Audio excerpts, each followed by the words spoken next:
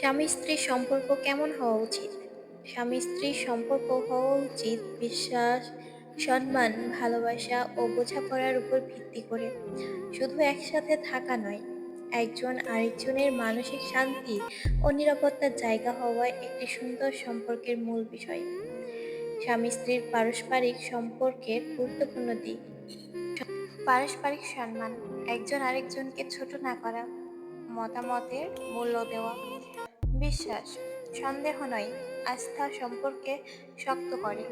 খোলামেলা কথা বলা, কষ্ট চাওয়া পাওয়া বা ভুল বোঝাবুঝি শান্তভাবে আলোচনা করা দরকার। ভালোবাসা প্রকাশ করা, শুধু মনে রাখলেই নয়, আচরণেও ভালোবাসা দেখানো গুরুত্বপূর্ণ।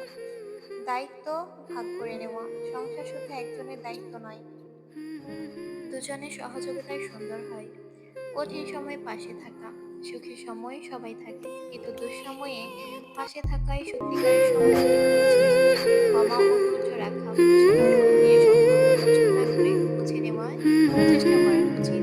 একটি সুন্দর সম্পর্কের মূল ফলাফল: স্বামী স্ত্রীর সম্পর্ক এমন হওয়া উচিত যেখানে দুজন একে অপরকে মূল্যবান ও প্রিয় অনুভব করেন।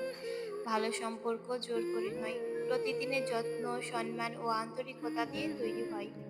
তাই বলবো, সম্পর্ককে সুন্দর রাখতে নিজেদের যত্ন নিন, নিজেদের জীবন সঙ্গীর যত্ন নিন, একে অন্যকে বোঝার চেষ্টা করুন। ভালো থাকুন।